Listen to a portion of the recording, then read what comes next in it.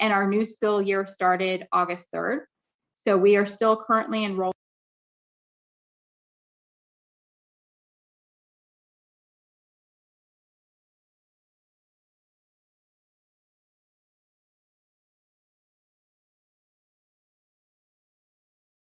He's able to fill his gymnastics classes with many of his preschool students. So what happens is they start with us as preschool students, and then they continue on with us in our other programs and after school programs and sports camps and leagues. So once it's a program that pays for itself by future registrations as well. The Schulte Park Center also reopened in August of 2021, and we were very excited to have our recreation coordinator, Sarah Zeal, back. And we were also able to rehire a couple of really key part-time employees who had been there before. So it was a pretty seamless reopening process. The Schulte Center is open Monday through Friday from 9 to 4. Some of the programs that they're offering are watercolor, bingo, tai chi, line dance, walking, fitness groups, and sewing.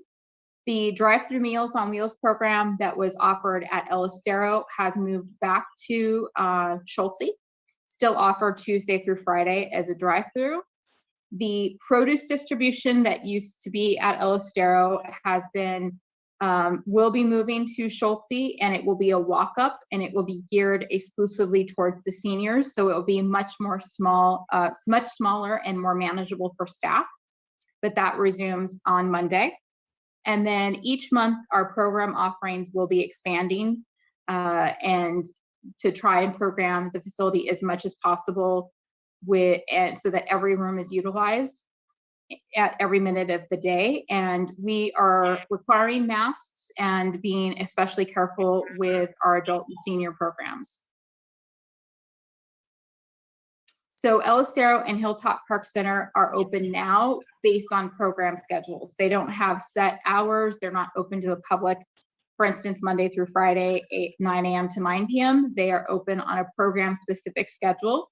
So we've offered Lego and woodworking camps at El Estero, painting and layers for adults at El Estero. The Pilates for bone health classes have resumed at Hilltop.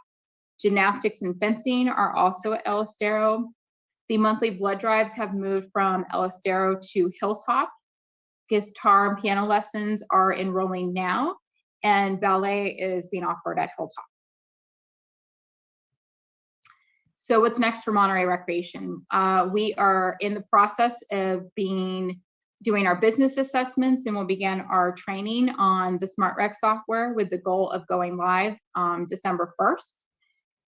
We are looking into hosting a Halloween event with the Monterey Firefighters Association at the end of October. We have already been contacted by the Kiwanis of Monterey to host our Thanksgiving and Christmas drive-through meals again. We were hoping that COVID would be better than it is right now, and so they've already made a decision that they will be doing drive-through instead of a large congregate meal at the fairgrounds. So we will basically be rolling out everything we did last year and doing it again this year. And then we will be working on our expansion of program offerings based on staff capacity.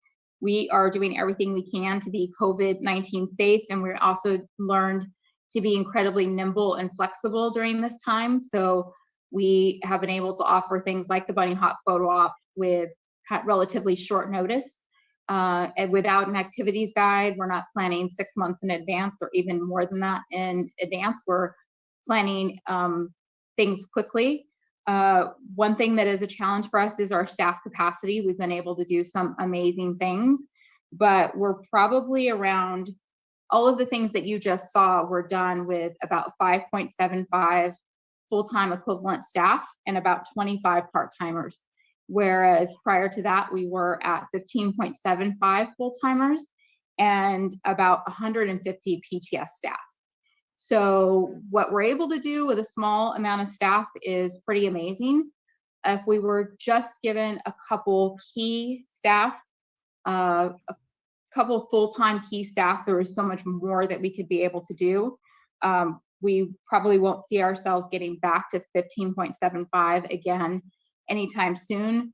But I think we do need a few more key staff and a few more part-timers just so we can be covered sufficiently. Unfortunately, when someone has a COVID scare right now, they're out of work for 10 days. And if there isn't a backup person, that's a little bit of a challenge. So, you know, we're a lean, mean team, and I appreciate all of my staff, and we're very happy to have Sarah Zeal back. But we can do a lot more if we were just given a little more staff. And I hope we can see that happen very soon. So that's it for recreation. I'm going to hand it over to Andrea. Thank you, Shannon, and thank you, commissioners. So the Sports Center reopened on March 22nd of 2021. We were very unsure what that reopening would look like, specifically with selling passes and memberships.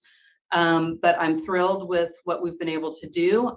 Since then, you can see we've sold 10,642 day passes, which is just a really impressive number, not only the volume at the front desk, but the number of people wanting to come back to the Sports Center, wanting to work out. We've sold over 3,600 new memberships and 132 youth ID.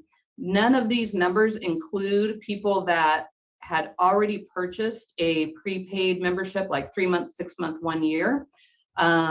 Those we are tracking differently, and it's very difficult considering our current recreation management software system. And so I don't have a firm number as far as how many people have reactivated their memberships. These are all new passes, new memberships, new revenue. Our current average weekly attendance is about 3,500. I would say pre-COVID, we were probably between 5,000 and 6,000 per week. So if you're in the facility, it does feel significantly less occupied, but in reality, the numbers aren't all that far off considering everything we've been through for the past 18 months. So we were able to run a modified sports camp over summer. We ran 4 two-week sessions. We served a total of 266 campers, and that brought in a net revenue of just over $53,000. I think it's really important to recognize that this was done exclusively with part-time staff. In the past, our summer camp program, we had a full-time sports coordinator and an RPT rec specialist plus part-time. Our camp director this year was a part-time employee, and we had all part-time counselors. So this was an incredible feat, and I'm super proud of the staff. We're going to show you a quick little video. One of the new things we did this year that we're using for a lot of our programs, but we used it specifically for camp, is this floating obstacle course. It's called a Wivet, and it's an obstacle course that floats in the pool, and the kids try to get from point A to point B, and we're just going to show you a little clip of that. Thank you, Shannon.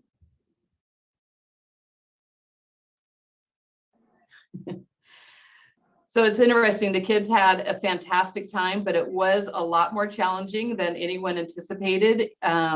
If you fall off, it takes incredible body strength to get back on. And so you can see these kiddos are just hanging on for dear life because they know if they fall all the way off, they probably won't get back up.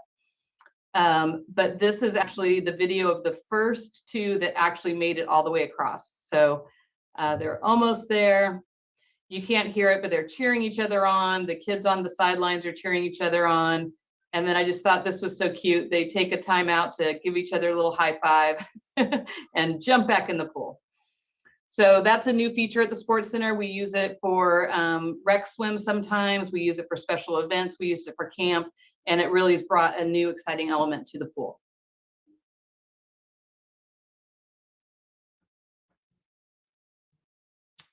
Okay, we've brought swim lessons back, private swim lessons during that just June, July, August. Over 1,400 private lessons were completed for a net revenue of $63,000. We found that more people wanted privates than groups because of their concern for COVID. And so this was a huge revenue generator for us this summer. Martial arts, we had 3 3-week sessions. We served 70 participants and had a net revenue of about $3,000. And then other programs that have been kind of ongoing, group exercise classes have been going on the entire time that we had COVID. In the beginning, Lori was literally teaching from her home virtually, and then we shifted to outdoor and then indoor, and now we're kind of back to outdoor again. Right now we have 45 classes on our group exercise schedule, and that's going really well. The classes are well attended, and people are asking for more. We've brought back our personal training program. Lori's overseeing that now and has really revamped the entire program, and it's going really well already. It's only been up and running a couple weeks. We're doing new member orientations again. We just recently did a youth basketball clinic. We've done our first co-ed volleyball league. And believe it or not, facility rentals are up. We've had some outside groups wanting to rent the gym for basketball clinics. And there's a big demand for birthday parties as well. So we're seeing an uptick in facility rentals. Projects completed since we met with you last. We have moved all of the fitness equipment out of the gym. So you can see that picture that I just took today. The gym is back to being a gym, and they're very excited about that. The pool deck and locker room floors have been resurfaced. The stretching room carpet was replaced with rubber flooring. That was one of the recommendations from our medical advisory board with COVID and all of our safety measures that really should be replaced. So we got that done recently. And then Studio 2 drinking fountain was replaced with a bottle filler. And then I just wanted to talk revenue a little bit. We projected 1.3 million in revenue. Our actuals, not fiscal year, but the 24 weeks we've actually been open, our revenue is just over 835,000. So if that were to continue, if we were to continue on average 35,000 a week, which is what we've done for 24 weeks, we could project out that our revenue potentially would be 1.8 million. So that's 500,000 excess revenue or surplus revenue from what we budgeted. So we're very proud of that considering our staffing, and it's exciting, but we just don't know how sustainable it is with the staffing levels we have. People are stretched very thin. As Shannon was saying, we too have about 5.75 FTE. We've gone from 28 to 5.75. And right now I have someone on vacation and I have someone else out sick. So there are literally 3 of us here running the whole show, and it's challenging. So these numbers are very promising. I'm very excited about them, but we also have to recognize the amount of work that has gone into reaching these numbers with a small amount of staff. And then what's next? We are planning our annual pumpkin plunge that we were not able to do last year, but this would be our 3rd pumpkin plunge. It will be modified. There will be fewer participants. And that's kind of the trend right now because of our staffing levels. Everything needs to be modified, not only for COVID and for health and safety guidelines, but also just staff capacity. We are going to try to do a modified fall sports camp. Now we have an RPT rec specialist, so it will be a little bit easier than it was over the summer. But we really do need that full-time position back if we want to get back to our full capacity. We've done a few youth basketball clinics. We plan on doing a few more. As Shannon stated, getting ready for Smart Rec and hopefully launching that on December 1st. And then we're just constantly planning on how we can expand our programs when our staffing levels expand. Until then, what we've done so far is about what you're going to see, modified programs, smaller cohorts, smaller participation numbers, but high quality service to the community. That's all I have.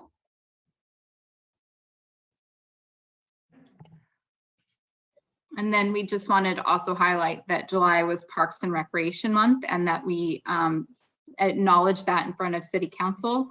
And you can see kind of different things that happened this past year in our divisions.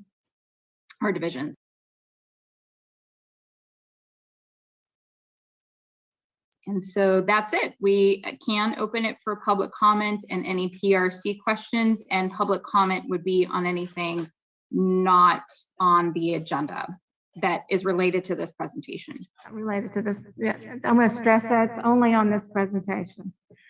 I guess that one thing I'd like to say is I commend you for everything you guys have been able to accomplish with such a small staff. I mean, it's kind of amazing, and I hope that you're getting some sleep occasionally. What I'm worried about. Other comments? Anyone else want to comment? Yeah, I just want to share a couple things, just specifics. Louie and your team, wow, over 1,000 plants. That's amazing. And that you're attending to the trees too is really wonderful. And Andrea, the obstacle course in the pool is really fun. I love that creativity and a way to bring something new to the pool in a time when there's all these restrictions. So thank you for that creativity. And let's see, one other thing, the bunny hop photo op. I just love the positivity. It's one thing I love about being a part of this commission is you just get to hear about all these ways that people are bringing these smiles and wonderful points for our community to connect and enjoy life in the midst of challenges. So thank you guys for that.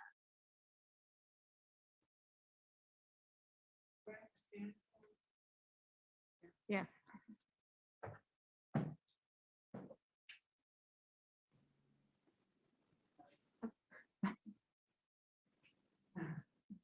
I thought the presentation was fantastic. My name is Barbara Lang, and I just had a question. I mean, obviously I heard throughout the whole thing about staffing and how low it is. So I guess I was wondering what the plan is to get more staffing.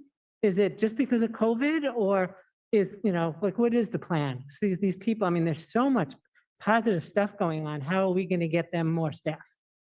That's my question. So I may defer to Karen on this one because it is related to city budget.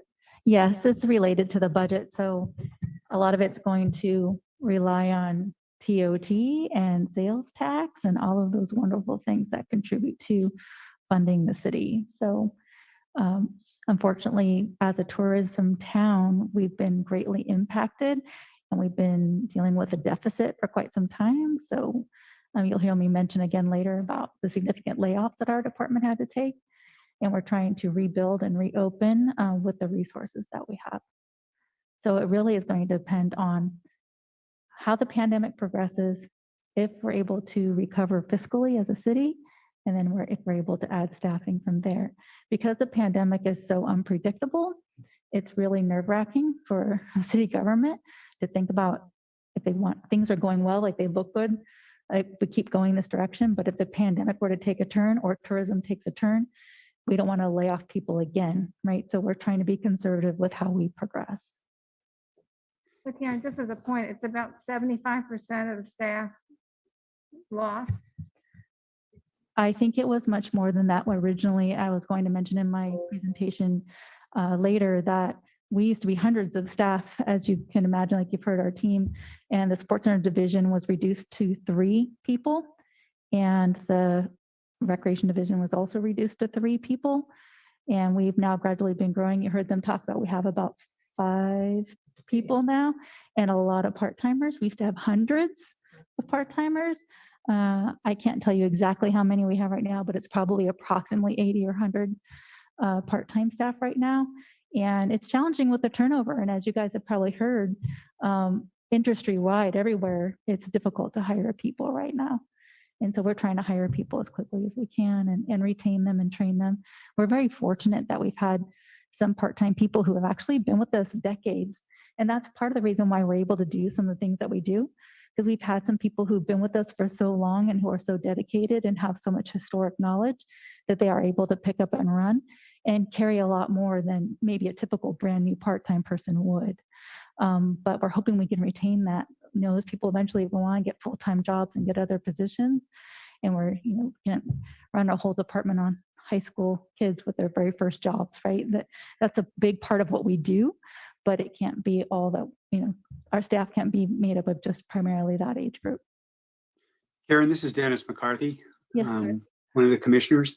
And I just had a question, and that is there any room or vehicle for bringing in volunteers who have specific skills? For example, the basketball clinics if there are people that could run those, you know, I know there's liability issues and everything else, but is that a potential for expanding what we might do in the interim before we can hire again? Sure. And I know Andrea and Shannon could probably speak to this as well. And I'm sorry, guys, with this technology, I don't know where to look. So I'm sorry if I'm not looking at you. So Commissioner McCarthy, I'm looking at the screen where I think you are, but I can see the side of your face. It looks okay. great. So, and as you guys know, in parks and at the sports center and in the recreation divisions, we utilize volunteers as much as we can. A lot of people don't understand is that there's just as much training and investment that goes into our volunteers, and they have all the same requirements that our part-time staff would have, whether it's vaccination status or safety training or any of those types of things. We still have to invest a lot of time and energy into volunteers. And when you're running a program, it's nice to augment with volunteers, but if you have to have some people that actually have to be there, it's difficult to rely on volunteers because volunteers are volunteering and they don't feel like they have to show up if something more important or more fun comes up. And also it needs to be fun and meaningful for volunteers. They're not necessarily going to have volunteers lining up to clean the locker rooms at the sports center. So we do our best to use volunteers as much as possible. But they're not the complete answer either, but they definitely augment our services and programs. So that's a great question, Commissioner. So if I could also just jump in there, we have what's also called contractual instructors in the recreation division, where we are able to partner with someone like Challenger British Soccer, and they come in and they offer their program, they bring their staff, and we share the revenue with them. So for us, that's actually probably in a better option for us at the moment when we need that revenue in order to justify bringing on staff.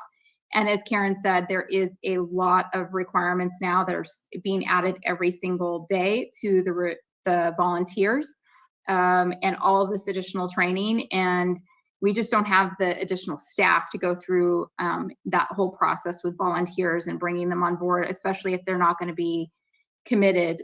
We kind of saw that when we were doing a lot of our produce distributions and things like that. And Louis' experience is that quite often with his VIP program and all the other things that people want to do at our beaches and our park cleanups, it's becoming very difficult for us to bring on a volunteer and just have them help out without adding to the staff workload.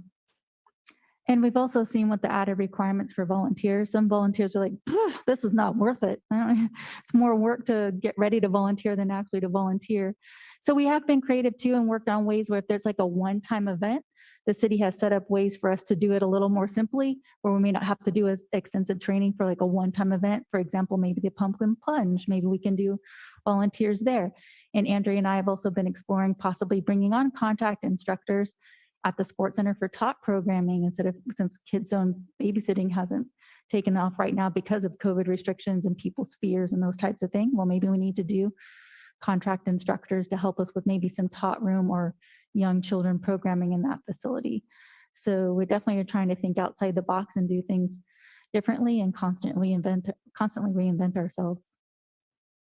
Madam Chair, if Yes. if I could go over the process for the public to be able to participate in person and virtual as well, if that's okay. Yeah, they just make sure they understand that this is only for this particular presentation. Correct. So City of Monterey is committed to the safe public attendance of its public meetings. Masks are required for all who attend in person, regardless of vaccination status, except for those who are younger than 2 years old or have a medical condition that prevent wearing a mask. We also ask that attendees in the council chambers please keep their phones and device speakers muted in order to prevent any audio feedback during the meeting. As we carefully return to more normal activities, the City of Monterey seeks to continue to offer virtual methods for public participation options. Governor Newsom's Executive Order N-29-20 remains in effect, providing greater flexibility for agencies holding public meetings during the COVID-19 pandemic. If you are not joining us in person at the council chambers, there are 2 ways to virtually participate in the Parks and Recreation Commission meeting. One is by joining directly on Zoom Gov using the Zoom app on your computer or mobile device. The second method is to join by calling into the meeting. To join the meeting on Zoom on your computer, smartphone, or telephone, use the link on or the phone number on the agenda at isearchmonterey.org. Since the meeting has started, you'll find the agenda under the Recent tab. To join by telephone, please dial toll-free 833-568-8864, then enter meeting ID 16056633903#. And if prompted to enter a participant ID, please press pound again. Detailed instructions on using Zoom are available at monterey.org/public-meeting. To make a public comment using the Zoom app, you can virtually raise your hand using the Zoom app by pressing the raise your hand button on the bottom of your screen. If you dialed in by phone, press *9 to raise your hand and then *6 to unmute yourself. You will need to do both. Public commenters will be muted until it is their turn to speak. We will call on each public speaker in the order of their hands raised. Please stay within a time limit that has been established for today's meeting, which will be shown using a countdown timer on the screen.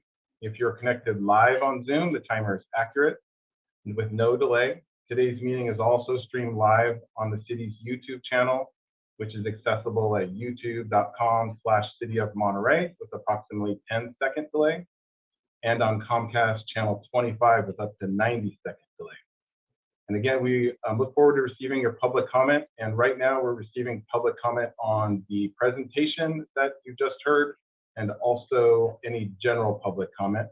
And we will start with in-person public comment, which is people in the council chamber. Hi, my name is Shar Carter. I've lived here for 39 years, and I was looking at all the wonderful programs you guys have for children, but I didn't see anything for seniors. I'm a very senior, very active tennis player, pickleball player. I run, whatever, and I didn't see anything for seniors. I know at the sports center, you have things, but what programs do you have for somebody like me? Did you see that we had done a presentation? I can't hear. Oh. Yeah, I'm a senior. And Shannon, are you able to pull up the part of the slide that had Schulte Park Center? Are you able to display that? I'm sorry. Nate, I think Nate can do that, or Sarah. I know the sports center. Yeah, so The Schulte. Our senior center, we just opened it in the last few weeks. but what do you have besides the sports center? Schulte. The senior center, the Oh, senior the center. I don't even know where that is. It's on Dickman Avenue. So they in have Monterey. activities there, Yes, right? we just opened up and we open from Monday through Friday from 9 until 4. And there's some programs that we have activated and we have more coming soon. Do you have tennis programs, or what else do you have?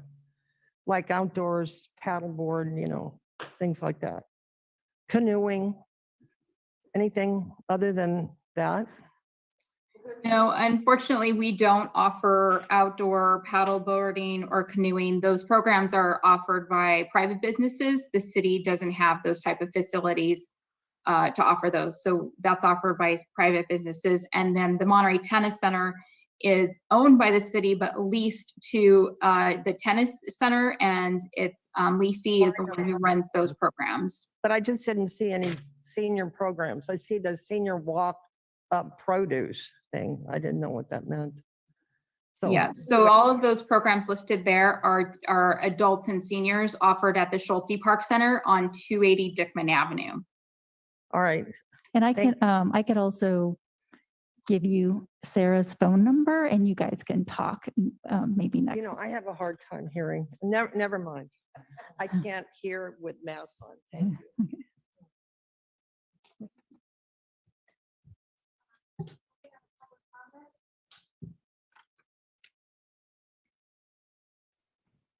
Do we have any more public comment, again, on items not on the agenda or the presentation for anyone in the council chambers? Hearing nothing, I will check and see if we have anyone virtually that again that wants to make a comment on the presentation or a general public comment. I see no one on Zoom that wants to make a general public comment on the presentation or anything that's not on the agenda. Thank you, Madam Chair.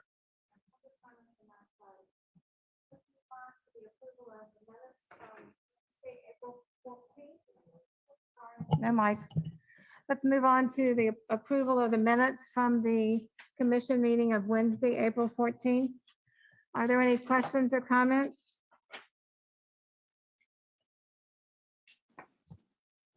Would one of the commissioners like to make a motion I move to approve the minutes.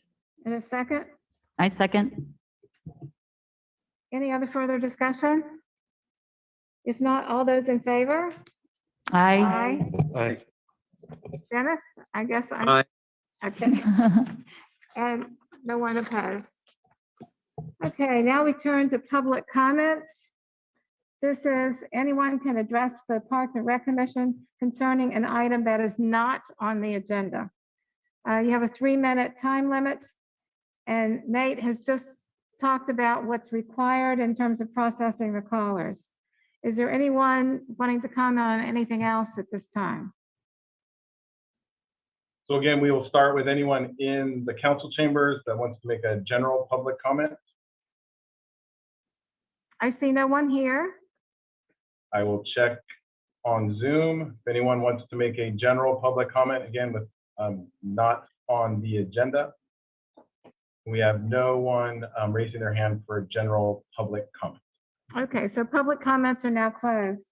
I now call on Karen that will give us a report on pickleball and tennis at Villa Paraiso, which I'm assuming you guys are interested in.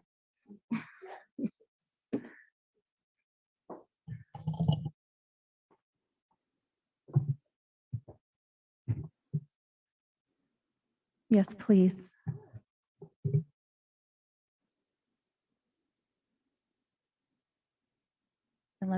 Unless, does Shannon have to do it from home?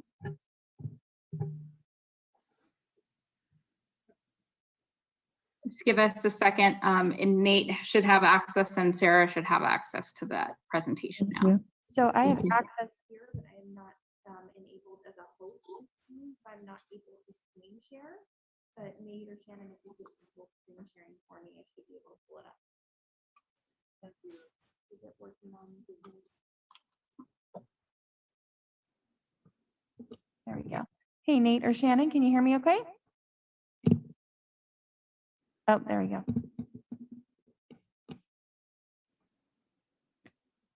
There we go. Can you guys hear me okay through this mask and everything? Okay. So good evening, commissioners, Parks and Recreation staff, and members of the public. Thank you for being here and participating in this discussion regarding tennis and pickleball at Rio Paraiso Park in Monterey. Next slide, please. This evening, we'll provide a brief overview of court sports at Villa Paraiso since the adoption of the Parks and Recreation Master Plan in 2016. I would also like to clarify a few terms so that we're all speaking the same language as we forge a way forward and find a balance between tennis and pickleball players, as well as the neighbors who live near the park. We will also hear public comment and conduct a question and answer period with the commissioners. Excuse me while I get my glasses. I really just wanted to set the tone for this presentation and the discussion, and just let you know that we really care. We really care about this situation. I know the commission knows this, but I just want to share some background for the others in our audience this evening. And I know we touched on it a little bit, and just want everyone to know it's been a long 18 months for everyone involved tonight, including the residents of Monterey. Please note that the Parks and Recreation team is a group of dedicated professionals who are devoted to promoting healthy and active lifestyles. And this includes programming and activating our park facilities in a way that enriches lives for all users of those and those living nearby alike. Unfortunately, the world has presented other priorities over the last year and a half, including the pandemic, which spurred a financial crisis, which entailed laying off hundreds of recreation employees, leaving us just 3 employees at the sports center, 3 at the recreation division, and a hiring freeze in the parks division. This small team has been responding to the ever-changing pandemic requirements in parks and facilities, dealing with the financial crisis by repeatedly evaluating resources and reinventing service delivery to the public, and responding to weather and events exacerbated by climate change. So think about last summer with the heat waves, the power outages, and the fires of summer 2020. We were setting up shelters, providing showers, doing a lot of things that we wouldn't normally do. And doing this all while learning and adjusting our policies and programs with social equity in mind.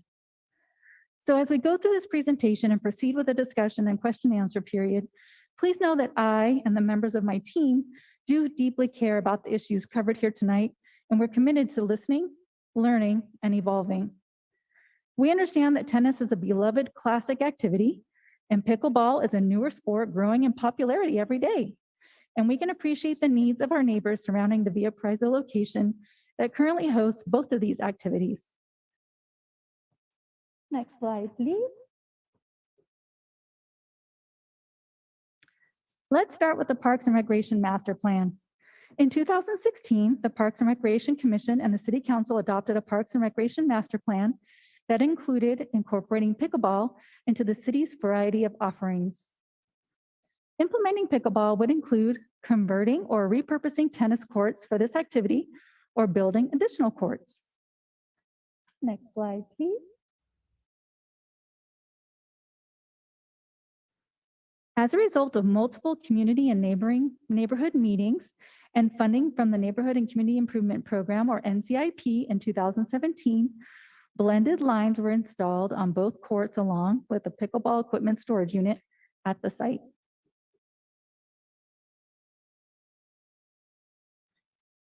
A key issue identified and discussed at the April study session in 2017 was setting of priority times for pickleball play and tennis play at Via Praiza Park. Priority times were established to mitigate conflict between pickleball and tennis players. If the courts are not being used, anyone can play either sport. If any players of both sports would like to play at the same time, and there's not enough court space for the players of both sports, the sport with the priority time is permitted to play, and the other players should relinquish the court or courts. Priority times are not reservations for a particular individual or an individual sport.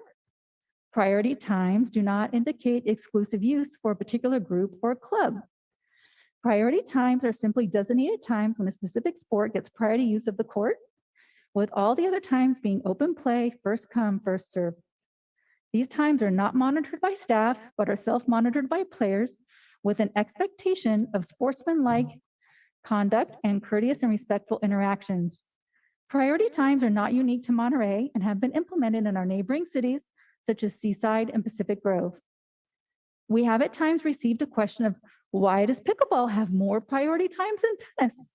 This is explained in detail in our report, but just for some quick background, originally, to be fair to all parties, the priority times would be exchanged every 6 months. After some time to monitor these times, as well as multiple meetings and soliciting public comment, the current times were set in June of 2018 and still stand today. In September of 2019, PRC voted to add 2 additional pickleball courts for a total of 6 courts at Via Praiza Park by restriping the current courts with funding provided by the Monterey Bay Pickleball Club. As of September 2021, these courts have not been installed. There's still a need for additional pickleball or mixed-use courts in Monterey. For fiscal year 2020, NCIP approved a feasibility study to identify a suitable location for a 6-court pickleball facility. A possible location was identified at Ryan Ranch Park. Because of the fiscal crisis, the engineering studies and construction costs were not completed due to the defunding of the project in April of 2020. It should be noted that the potential site at Ryan Ranch Park would also need environmental and airport land use commission review. And due to the location, the site would also most likely entail portable restrooms, as opposed to our regular restrooms. So, what about parking and noise concerns? Staff has communicated over the years with pickleball players regarding appropriate and respectful parking etiquette. Staff has observed great improvements in this area, especially post-pandemic. Periodic spot checks have revealed available parking at the site, even when others, in addition to pickleball, are present, such as families with children or people walking their dogs, etc. Staff has also posted information encouraging equipment for quiet play. Modern equipment appears to be significantly quieter than older, more traditional equipment. So what's next for pickleball? Just to remind you, the Parks and Recreation team cares about this situation. We wish to address these concerns as time and resources allow. Tonight, the commission will listen to public input and have a discussion about pickleball and tennis at Via Prizzo Park. I'm requesting that the staff, as well as members of the public, continue to research and pursue funding resources for a dedicated pickleball facility, such as grants or NCIP, as well as forge a way forward towards finding a balance and peaceful coexistence with neighbors, tennis, pickleball players, with input from all stakeholders. So I just want to make sure that everyone knows how much we care. I know it's been delayed and people have wanted action sooner than later. But I kind of feel like Switzerland, and people who know me and work with me closely, almost to a fault. I always like everyone to be happy all the time. And from what I've been feeling at the office the last few months is that everyone's a little bit unhappy. So that's kind of a good thing. That means everyone's compromising. But again, we are here to listen and learn and evolve as needed. So now we can move it on to public comment and discussion.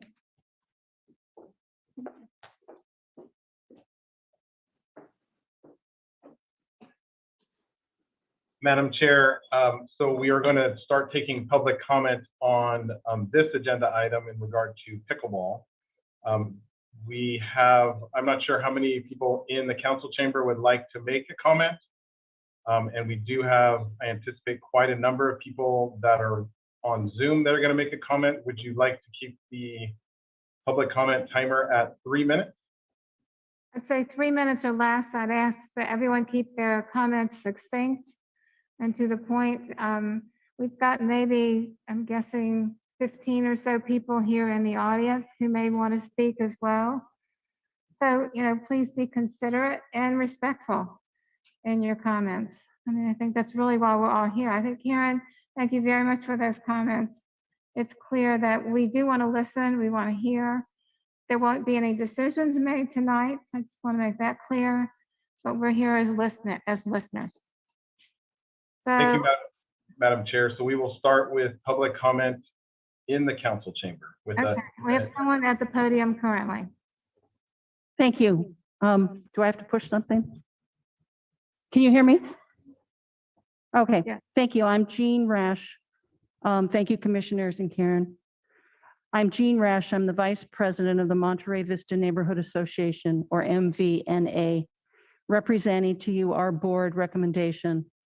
We recommend the return of one tennis court to only tennis use and the ending of all priority times.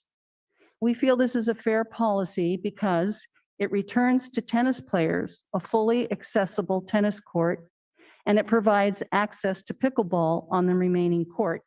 All share, all have access, win-win. Isn't that what we wanted all along?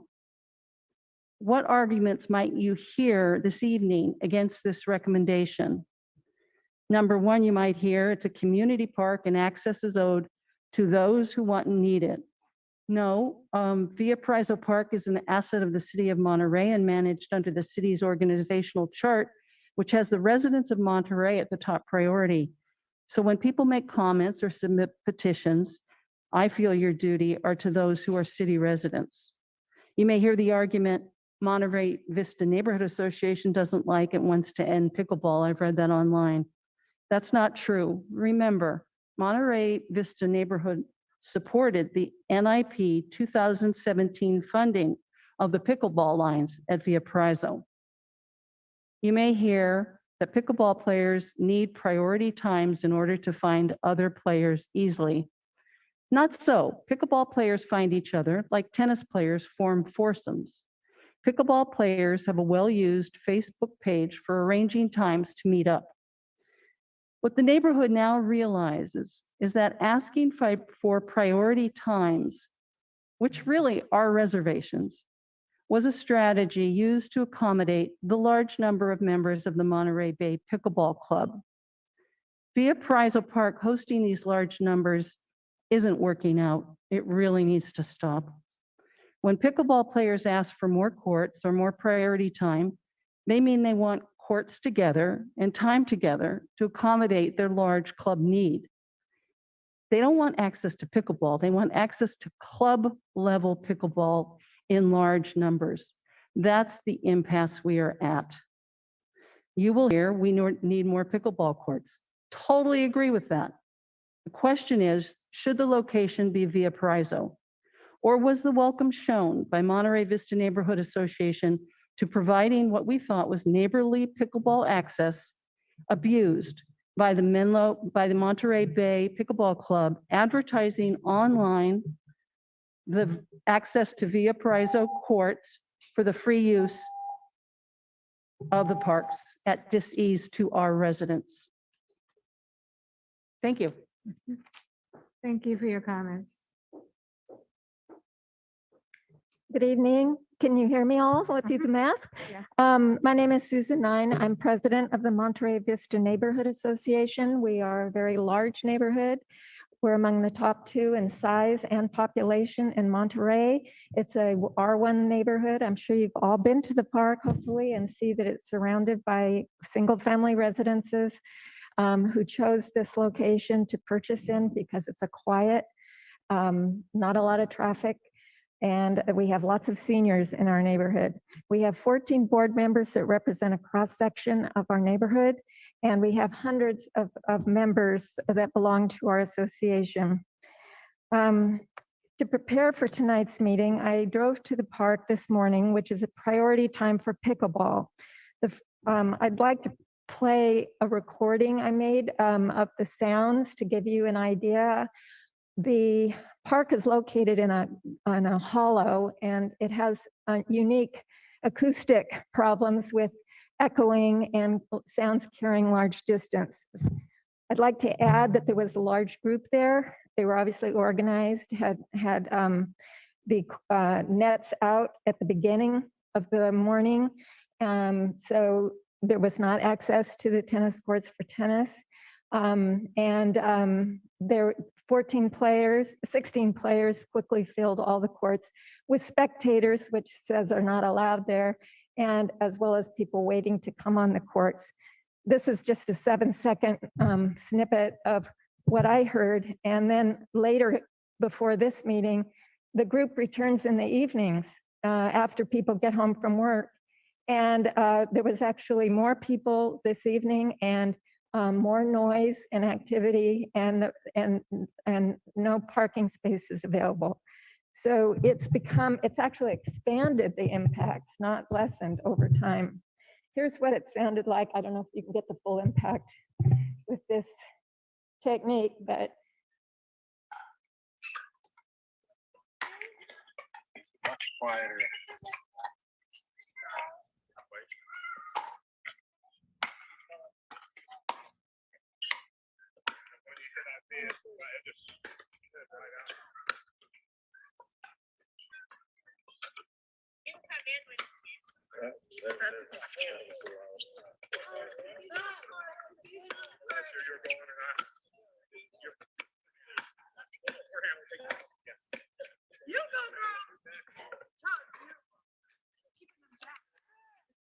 yeah, I think this gives you an idea, and this goes on for hours.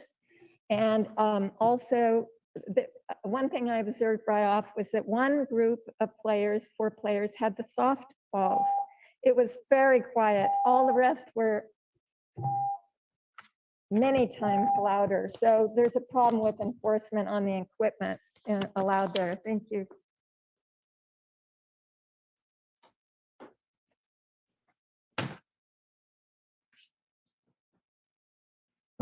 Hello, my name is Bruce Annetta, and I'm a Monterey Vista Neighborhood Board member as well as resident. My opinions to follow do not represent the opinions or policy of the board necessarily. I'm here to make a recommendation to you, but before I get to that, I wanted to say that I visited the pickleball court today and had a chance to talk with some of the people there. I learned quite a bit from that and also doing some research prior to this. I learned that there is good, they're making some great advances in the pickleball paddle and ball technology that you guys can take advantage of. I observed that this club was to some degree following the mayor's guidance on using that new technology or using the softer paddles and balls to some degree. Now, I say that carefully because the noise was sizably lower, but I didn't have my hearing aid in. So, but the other piece to that is in coming here tonight, the noise level was back up, the streets were crowded, the courts were crowded, and so it was like a whole different ball game, and I kind of don't know what to say about that other than this is an up and down thing.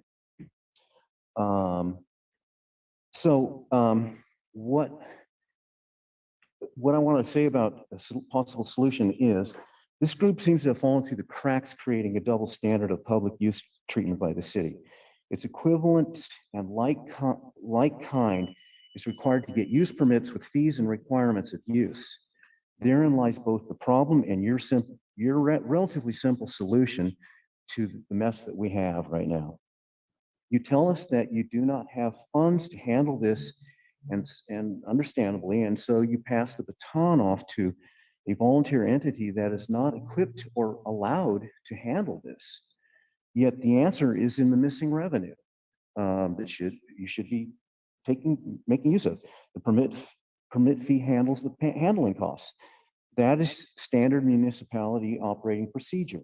Furthermore, the permit will put in place the requirements for use that can and should cover the sound impact, parking impacts, the impact to other courts, sports, i.e. tennis, the impact to other park usages outside of the court. It will cover the city from lawsuits. It will have the waivers that you should have. It will allow you to get out in front of this and avoid the lawsuits on noise that other communities are currently experiencing. I believe it was the pickleball ambassador who said this to me. It might have been Jay.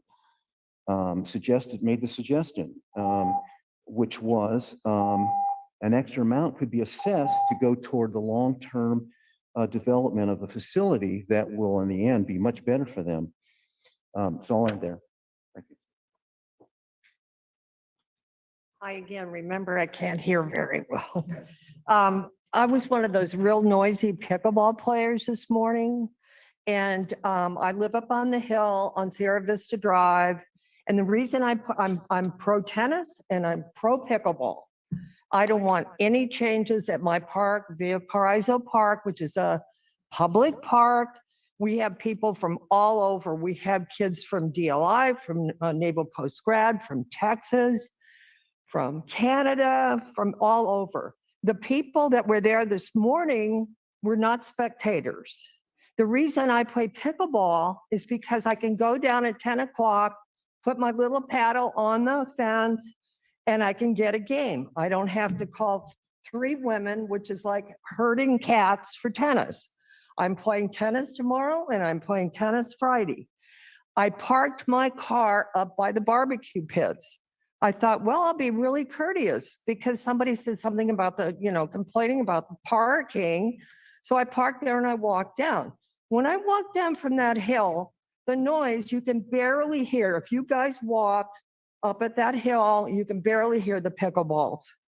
The reason I was here 3 years ago as a tennis player complaining to you all is because of the yellow lines that colored the wide yellow lines. We solved the problem. I was mad at Jay because he put the pickleball lines that were that wide. And I said, how in the heck can I play tennis with those silly lines? We resolved the problem. We put the little green, you guys put the little green lines, which was wonderful. About the spectators, there were no spectators. Those were playing, waiting for their time to play on one of the courts. So when my husband and I travel, we go everywhere. We go to a public park in Coeur d'Alene, Idaho. We go in Oregon. I take my little paddle. I don't have to make a game of tennis, and I do play tennis like twice a week. And I'm a senior citizen, like I told you. Don't take it away from us, period. We're the taxpayers. We pay more taxes in this city than anybody else. Like I told you, there are not many programs for seniors. Don't take it away. I go to PG. We don't have any problems at PG. There are a couple guys that don't like the sound. Well, get a paddle and come over and play with us. I play tennis, three sets of tennis, and I walk over and I play paddleball. But for you guys, for anybody to take this game away from the senior citizens, and the average age, I would say, and you guys need to do your research, I would say from 55 to 65, we have people that are 80 playing. And if you don't know about it, I was a purist tennis player, and they can all tell you. But now I play pickleball because I can pick up a game. And like, I just walk down from my house and I say, well, I feel like playing pickleball, and I see all these people. And there was one guy named Victor today, and I don't know where he's from. He's from the hill country. I mean, from like Auburn or wherever. And, we have to be hospitable. This is a public park. It is not exclusive for the Monterey Vista neighborhood. I've been there for 39 years. I've paid my taxes. I love meeting the people, and don't take it away. Thank you so much. Anyone else?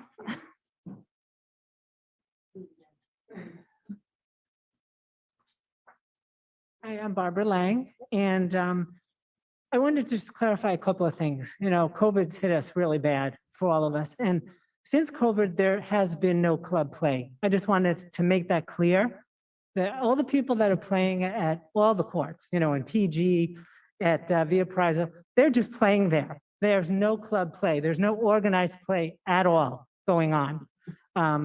We're not supplying equipment. The nets that they have there, that aren't the two that are there, they're bringing themselves.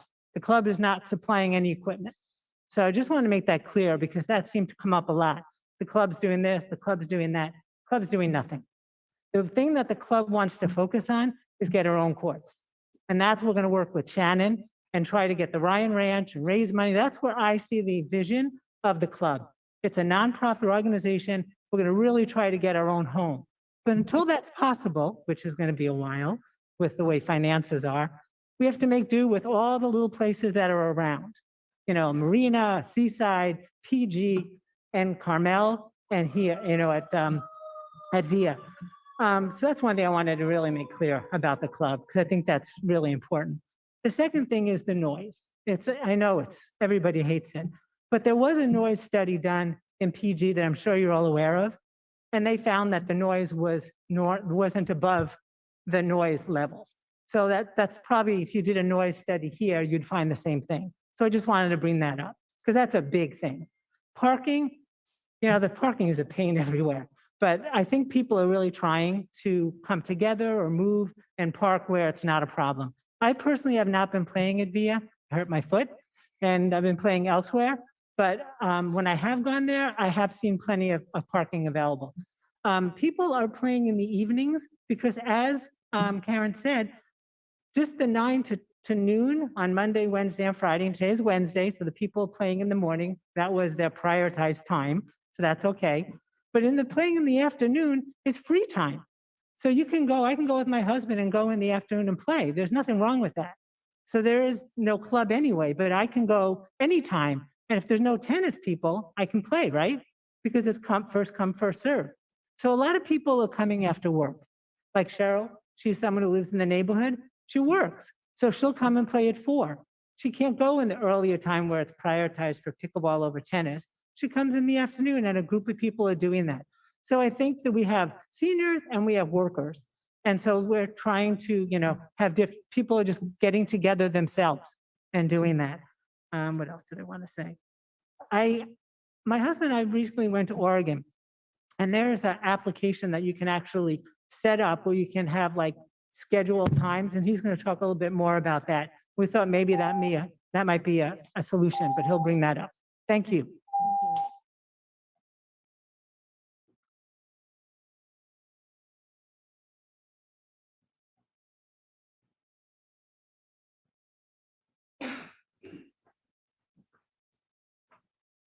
So I'm Jay Swagerman.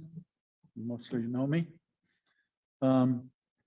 So you talked about, in good presentation, when the 6-court option is identified as a project, at that time we can work on how can we do external funding to partner with the city. Okay, so that's the timing for that.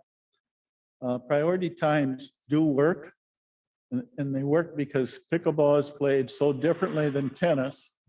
And that was worked out, and I found it online somewhere, that it meets both people's needs to play equitably. And actually, because of that, the courts get a lot more use versus not knowing if people are going to be there or not. This way, on Tuesday and Thursday, tennis can know we're not going to be there during their time. Okay. The quiet paddles are working. Someone mentioned to me this morning that, hey, that it seems quieter now than it was before. When I found the list for quiet paddles, it's about twice as big as noisy paddles. Okay, but they listed almost every paddle that was made on that list, and either put it in a green bucket or a red bucket. Okay, in the quiet ones, if I just bounce the ball this way versus this way with a noisy one, I can tell the difference. So it is working. Technology is helping us, and most of the paddles being built are quiet type things. It's hard for us to enforce that when we're not there. So if somebody's playing, 2 in the afternoon, they may have the old paddles. I don't know. So we can't enforce that very easily, other than the signs there. In parking, one of the things we conceded was, especially during the rec thing, the big deal where they had all these kids there about a month ago, we agreed not to park in the north lot. And we would go park up by the barbecue area. So that would ease that type of thing. So we're trying to work with the city and go forward. Thank you for your time. Thank you.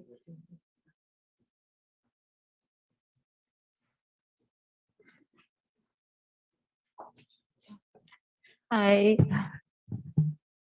I'm Christy Italiano Thomas. I owned a home, raised my kids in Monterey when it was called the Monte Vista Homeowners Association. So the one thing I'm just a little concerned, and this is more than just about pickleball, is when I lived there, the Aparizo Park was a hub. There's pony baseball. Surely baseball is louder than pickleball. And I'm just concerned of all the noise complaints, because that's why those parks are in the neighborhood. I mean, our whole life with the family was Monte Vista, Casanova Oak Knoll, Larkin Park. I mean, the parks were built in the neighborhoods for the community, for our families. And all of a sudden, I'm just so concerned over this kind of contentiousness and negativity about activity happening there. It's not like a marching band is going through there. You know what I'm saying? And it's like, when I was raising my boys, I was so impressed with this area. I came from Colorado, that a town that this small, this city would have this many parks for us all. I mean, like I said, that's where the baseball, pony baseball, the banquets there, all this wonderful activity. And now as a senior, I will ride my bike from PG to play in Monte Vista. My sons are now in their 30s. When they're off, they will play. The other day I was at the Aparizo, and this man walks on with 2 little kids, elementary age, and one of our players stops in the middle of the game to give the dad a paddle so they could all play. I mean, this is what the community to me is about. All the ages, a family thing, you know, it is the fastest growing sport. I know if you're on a park board, you do your due diligence to know what the trends are and, you know, how fast the sport is growing. And then again, the mission statement of all the communities is for the health and welfare. And at Via Preso, I mean, I can't imagine. That's Via Preso Street, and then there's Martin Street. There's parking lots and trees in between the courts. I can't imagine how acute your hearing has to be for that to bother you in the age of white noise, earbuds, or if you're living by a school, I mean, Monterey High, 1906, you know, in a park, wouldn't you expect to have activity and life and things going on? I mean, anyway, that's, to me, it's a blessing at this age, 70, I'm going to be 70 this month, to still be meeting people. I mean, do you have any idea how many widows and widowers that have come and joined this, and it's like a life saver for them?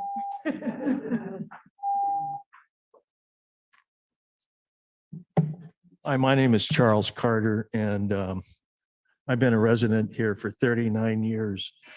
And I wanted to know one thing from the young lady that took the recording, where she took the recording at. Because I listened to this gentleman right back here today, and he was talking about the noise level. He was sitting right next to the courts. People don't live there. They live probably another 70 yards above the courts. And I can tell you, I walk there every day because I like to walk from my house, which is by the Elks Club.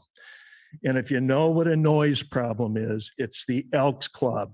And I knew what I was getting into when I moved one block above the Elks Club, and the motorcycles and the noise from parties. It doesn't compare to a few little pickleball. It sounds like people clicking their tongue. And if you're right there, it's relatively noisy, but it's nothing like being in your house. And the Elks Club, I can hear seals in my house louder than I can any kind of pickleball at all at the same distance that they're complaining about. I just think it's a matter of who are the taxpayers here? Who's paying the tax bills? Not the children, it's the seniors. And you're going to take one thing away from the seniors, which is their major social hub, and they meet people. It's very social. I don't have to arrange. I don't have to arrange for a tennis match. I used to arrange tennis matches, and some people would show up, they wouldn't go. And I can tell you, you go down there, and there's no consistency to tennis whatsoever. And I love tennis. I played tennis for a great deal of my life, but I also like pickleball, and I still play tennis as well. So anyway, thank you kindly. Thank you.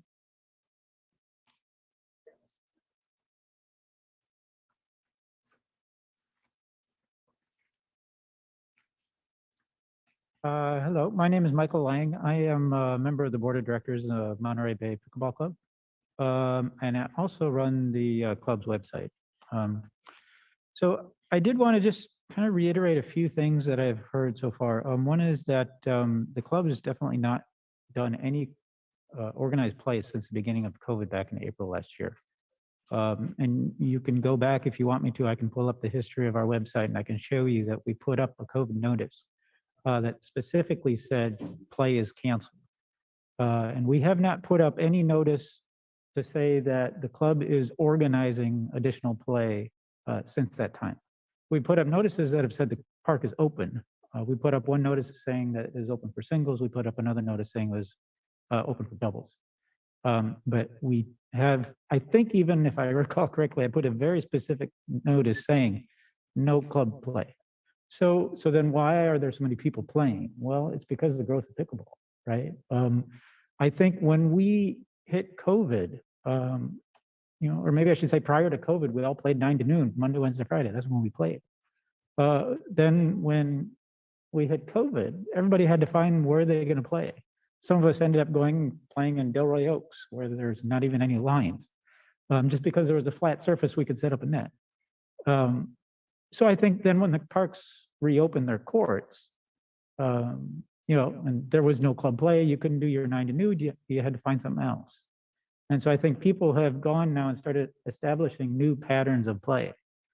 So I've noticed myself, in fact, I've gone out 4 p.m. as well. It's great to be able to go out and play after work, right? I work 9 to noon is not exactly the most ideal time for me.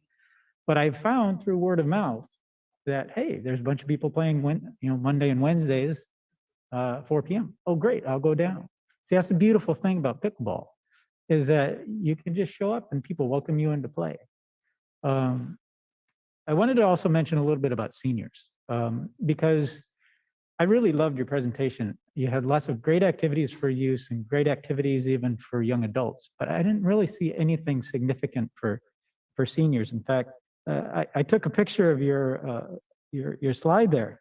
Senior programs at the senior center were watercoloring, bingo, line dance, sewing, and then you had a walking fitness group. I'm sorry. I mean, for active seniors in their 50s and 60s, this is not exactly what we're looking for. So the ability to have something like pickleball, which is not only recreational but also social, is really nice. And so why is pickleball so good for seniors? Well, one reason is because the games only last 10 to 15 minutes. So what does that mean? I can exercise for 10 to 15 minutes and sit down, take a break. Right? So thank you. Thank you.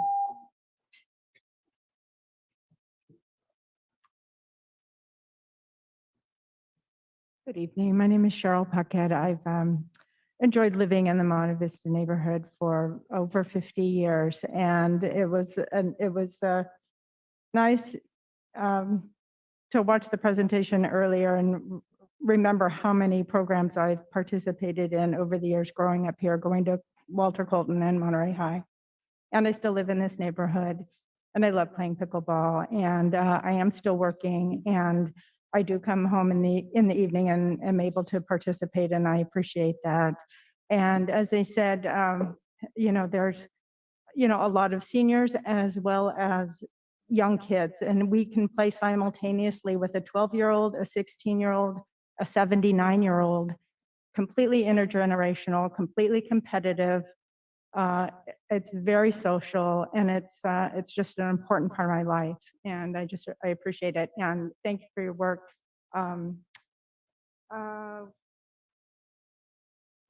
Well, lost track of one other thing, but thank you.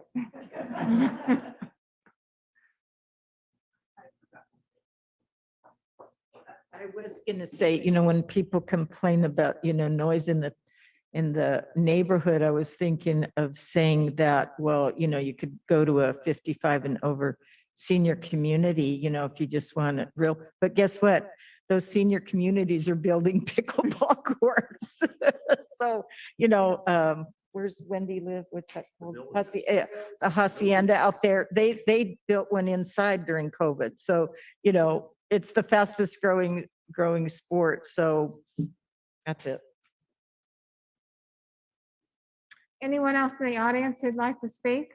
Let's say one more thing.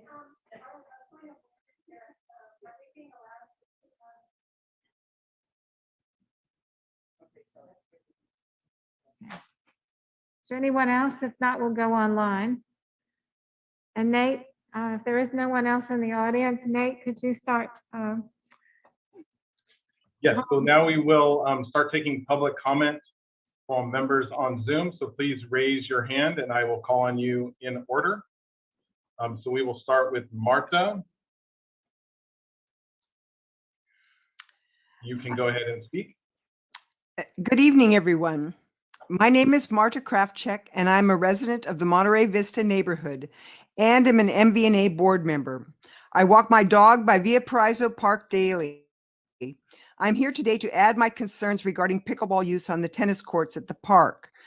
According to the Monterey City Code 22-18, no person shall cause, suffer, permit, or allow the repeated or persistent emission of any noise or sound produced by any such person by an animal or fowl or through any mechanical means within his ownership, possession, or control, which by reason of its raucous nature habitually disturbs the peace and quiet of any person. This city code aptly describes the noise that emanates from the pickleball games at the park. Pickleball is not a noise that you forget.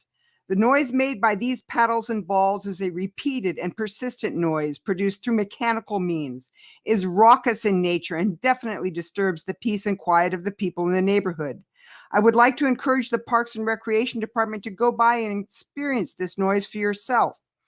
If I hear active play, I do not walk by the park. I can imagine most families wanting to spend time with their children at the park would leave immediately once pickleball play has begun, as you cannot even hear yourself think. Even if neighbors retreat inside and close all the doors and windows, the sound of the balls bouncing off the paddles is piercing.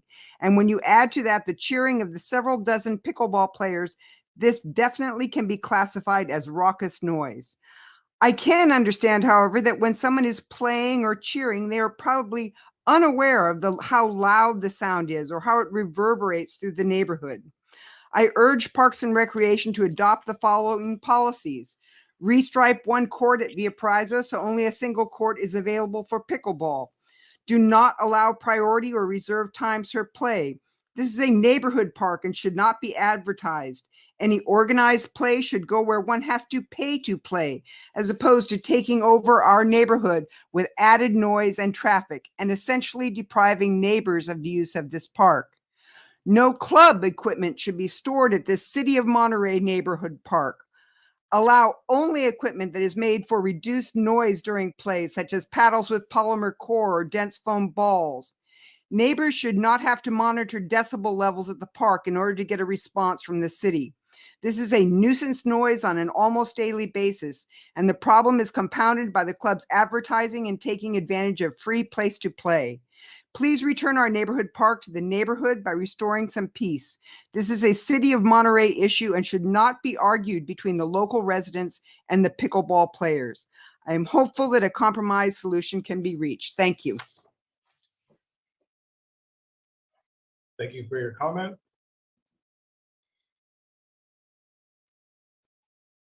Our next speaker is John. John, you can go ahead and unmute yourself and you should be able to speak. They're not going to make a decision tonight or anything. Thank you. Good evening. My name is John Sovereign, and I am a Monterey resident and a member of the Monterey Vista Neighborhood Association. Learning to play pickleball at Via Prizzo Park over the last 3 years has been a real joy and has made a huge improvement in my physical and mental health. I mentioned that I'm a member and a resident of this neighborhood association because I do not believe that these decisions by the neighborhood association represent me or others. I have met with the board and tried to make a message of working together. While they say that they want to support pickleball, removing the only lines that are available on a public court in the city of Monterey is not supporting pickleball. Pickleball social play is different from the tennis they've been playing this week at the US Open in New York. It's more like pickup basketball. Newbies are welcomed and the rules are somewhat relaxed. Participants rotate on and off the court in an informal, unforced manner. Social play is not a competition or a tournament. It's just good, clean fun. After all that we have been through the past year and a half, it is unfortunate and even sad to me that we appear to be at loggerheads arguing over a definition of community. I'd like to share with you more about the pickleballers that I've met at Via Prizzo Park, more than one might learn by just looking at their license plates or asking where they come from. They are grandmothers visiting their first grandchild, firefighters, cops, and nurses, active and retired, homeowners seeking relief from fires and other disasters, adult children caring for their elders, military service members taking a break from their studies, nomads finding camaraderie and communion, or just neighbors getting some needed exercise and social interaction. In short, As Pogo once said, we have met the enemy and he is us. Our park is not diminished by pickleball. Our community is improved by its participants. Thank you. Thank you. Thank you for your comment. Our next speaker is Joseph. You can go ahead and unmute yourself and you should be able to speak. Okay. Good evening.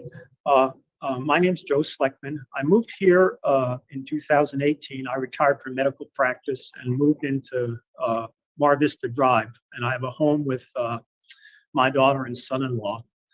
I also am a caregiver for my wife. She has chronic illness and she has to be with her with somebody 24 hours a day. I don't really have any roots in Monterey. So when I moved here, I didn't really know anybody. One thing that struck me, and this is just a perception, is I was a little surprised when the few times I went to Paraiso Park is that the tennis courts were deserted. I thought that was, I thought, God, people should be playing out there. In town, I've also been active with the Arthritis Foundation. I was walking through Paraiso Park, and actually John was there, and he introduced me to pickleball, and I showed up, and it was wonderful. It was so much fun. The people were so nice, and I was going 2 or 3 times a week, really looking forward to it. And it's so much better than jogging or just pumping weights at the gym. So not only did it give me physical benefit, but it gave me a mental benefit. And as you know, the best thing for your health is diet and exercise. And it's kind of hard to get motivated for a lot of forms of exercise. What's most important to me is to be able to show up and join a group of people.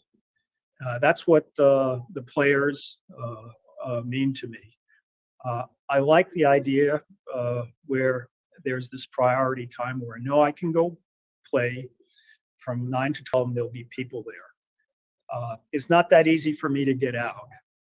I'm not on Facebook or Twitter or any of that stuff. So I don't hook up with people to try to play. I have a tennis partner. It was a disaster trying to find times. So for me, it works so well for me to be able to show up and play with people, exercise, and have a new group of friends. So I would hope you keep this priority system or something certainly very comparable.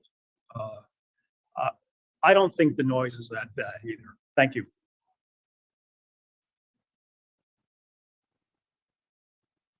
Thank you for your comment. Our next speaker is Judy. Go ahead and unmute yourself and you should be able to speak. There you go. Hi, I just want to make sure that some of us had emailed letters into the commission staff, and I want to be sure that that's part of the packet that all the commissioners are able to see. Can you verify that anything that was emailed is included? Yeah, I can verify that. I think we've all received 32 comments and we have all had opportunity to read through them. Great, that's all I wanted to comment on. Make sure that all those people were heard as well. Thank you so much. You're welcome. Thank you.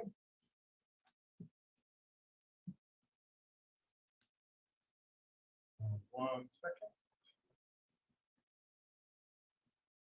Our next speaker will be Bill. Go ahead and unmute yourself and you should be able to speak. There you go. Hi, my name is Bill Clancy, and I'm a member of the Monterey Vista Association, and I live in the area, of course. It seems to me that we were sold to make a local pickleball court, but what we ended up with was a very large club that's organized, and even though we don't have club play, we got non-club club play. And I don't know, I walk around there a lot, and it's loud, it's annoying. And as my mom used to say, noise is fun when you're the one making it. And that's pretty much all I got to say. Thank you for your comments.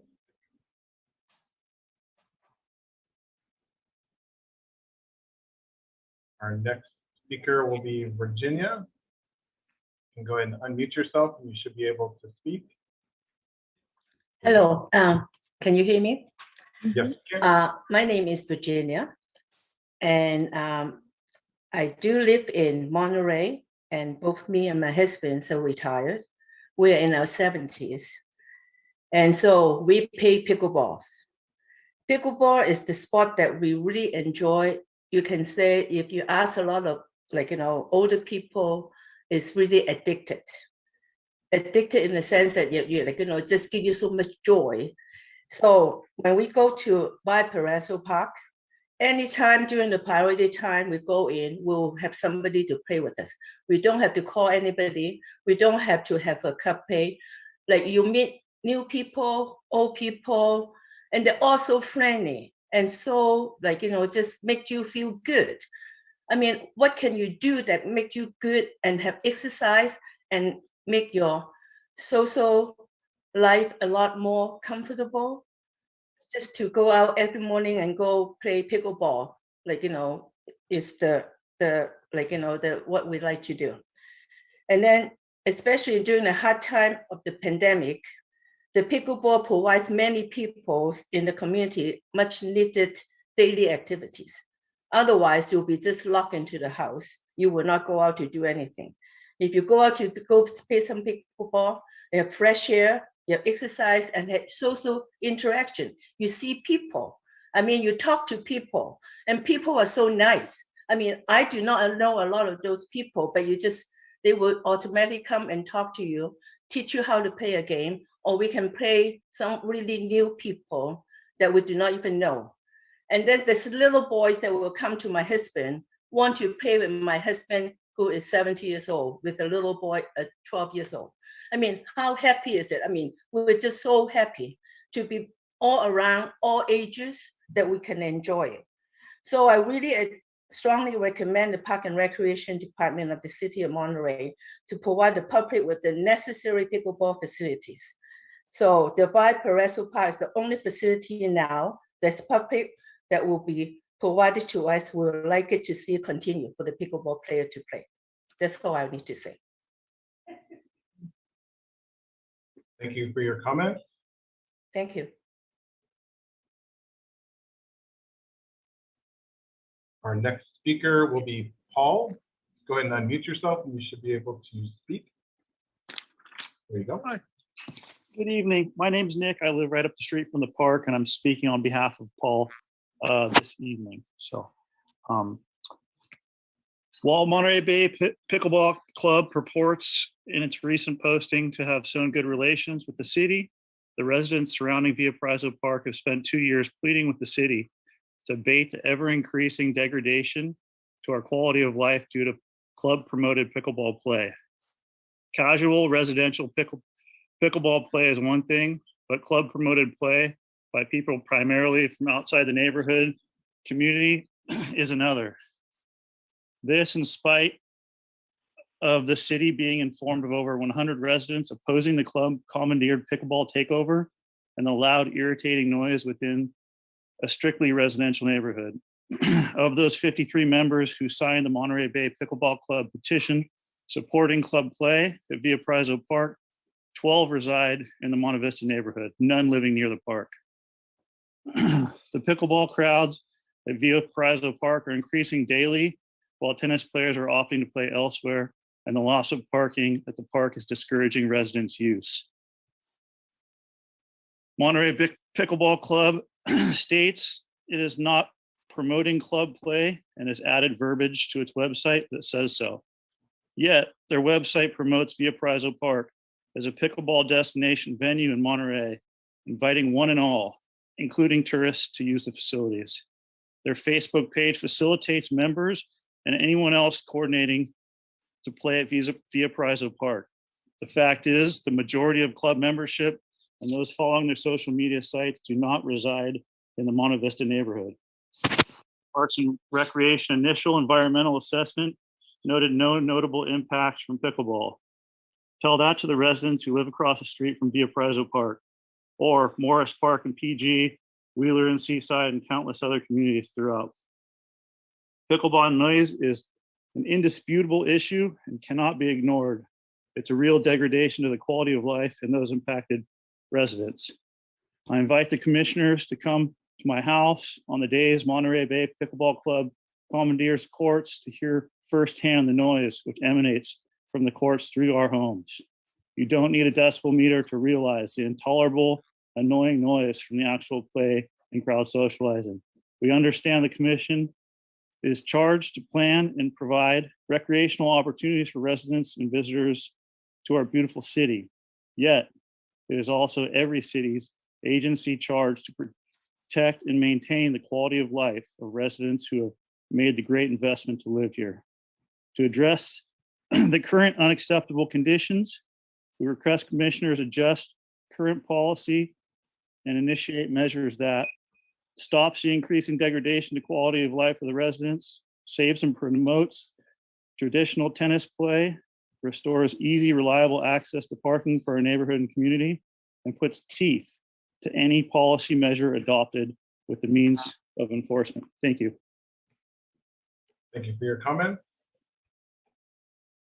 Our last person with their hand raised, Terry, go ahead and unmute. You should be able to speak. There you go.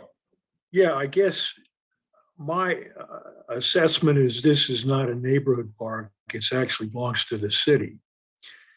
And so the neighbor's going to determine what happens in the park. I mean, let's get rid of pickleball because it's too loud.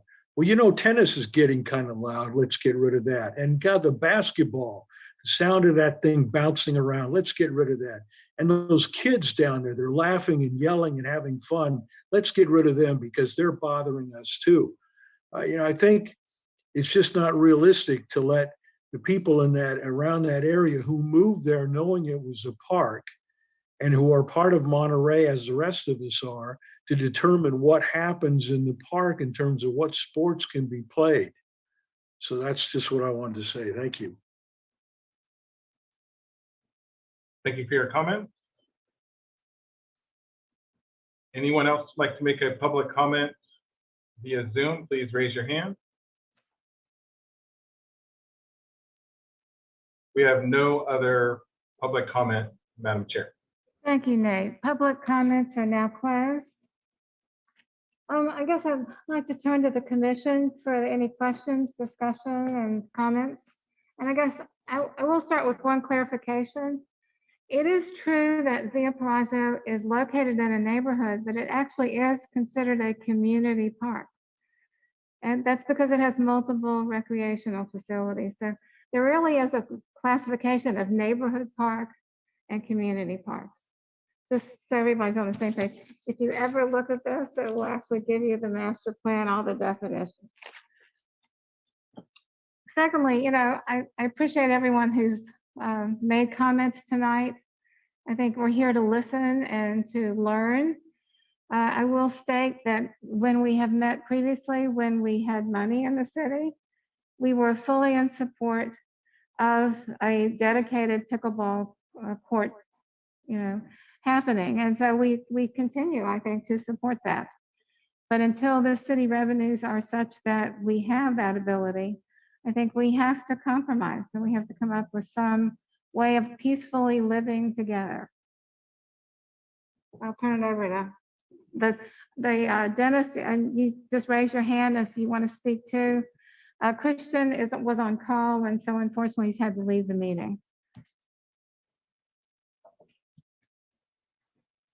Again, I'd like to thank everybody for their comments. It's important for us to hear from the community. We are part of the community, but we're neither, at least I am neither a pickleball player nor a Monterey Vista resident. I am, however, someone who's very interested in the overall well-being of the community. I don't want people apoplectic over noise, but I don't want people not staying physically active and not having those social interactions that we yearn for so much. So I really would like everyone to keep that kindness in their heart and try and find a way forward with this. I would love to continue to have pickleball in the park in a way that is not overly noisy for the residents there. And I think, to my mind, that's going to be my path looking forward. Perhaps greater enforcement of the soft paddles and balls, perhaps time considerations or numbers of people considerations could be involved, and maybe a little softening of heart on the residential side. Yeah, I would say I appreciate the fact that the club is not pushing, you're not actively promoting the improviso. It sounds as if they're pickup games that are going on. So-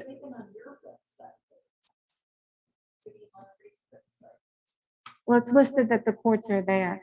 Karen, I have one suggestion, and I don't know how the other commissioners feel about it. I guess I'd like us to at least do a little bit of throwing out some ideas and sort of considering whether or not any of these are feasible. I suspect that we will be meeting again at some point to discuss this, but one recommendation that was recommended to me by a commissioner in another location was they lined all of the tennis courts throughout. We have multiple tennis courts elsewhere, although they're only one, like Hilltop is a good example where there's one tennis court. The question is whether or not that would soften some of the pressure if people can meet other places to play pickleball. It's just a suggestion, just something to think about. Another one I read online was acoustic fencing. Whether or not that would help soften the noise level, that would be at a cost. I mean, all of these ideas are going to cost money. With the goal, still, this is a short-term problem, we hope, with a long-term solution of a dedicated court system. I see the hand raised. I think we have to. Well, we're not doing public comments right now. No, we actually Sorry. aren't supposed to do. Yeah, so sorry. It seems really natural to do that. And we have these rules we have to follow. So I appreciate you guys just bearing with us. A couple of things that I was thinking about also was just this notion of when you're in a location and you feel like something is happening to you that you don't have control over, it's very frustrating. And I think what we're experiencing, and a lot of people who called in commented on kind of an organized attempt to take over this area, but what we're seeing and what we're kind of gathering from what we've heard through comments is this is actually kind of more of an organic event because it's brought on a lot, I think, by the need. And so what we're looking at is how do we put some protective measures in for the neighborhood that help people who live there feel like they still have some measure of normalcy or control. And so those are some of the things that I'm thinking about. And one that's come up in speaking with a resident of the neighborhood today is this idea that, yes, we have these priority times in the first half of the day, but what they're noticing is the sense that pickleball is taking over the whole afternoon. And I think that feels difficult for some of those who feel like, well, then when do I get to play tennis? And so maybe we could consider some kind of measure. It's not the ultimate solution, but providing maybe some protected tennis times or something like that for on certain days. Again, pickleball has such a huge number of people who are playing, and we see that that's probably the majority of use that's going to be there. But to honor those who are in the neighborhood, that's one thing we could consider. Another thing I would say is the acoustic fencing. I'm wondering about the dedicated funds we had towards originally striping the 6 courts, if those funds have been used or if those are available to put towards acoustic fencing so that we can offset some of the sound. That might be helpful.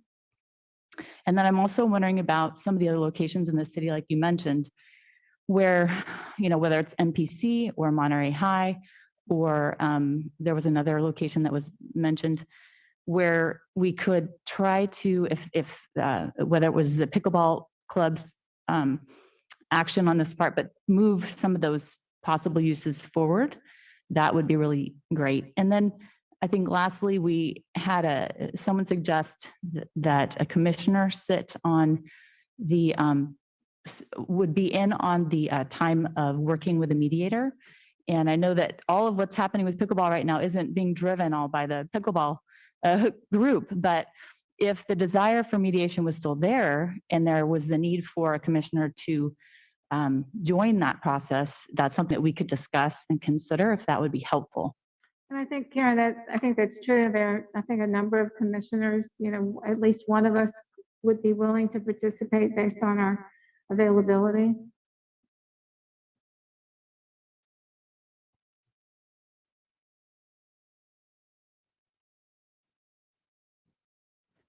I wish I had money to build dedicated pickleball courts. I think all of us would like to see that.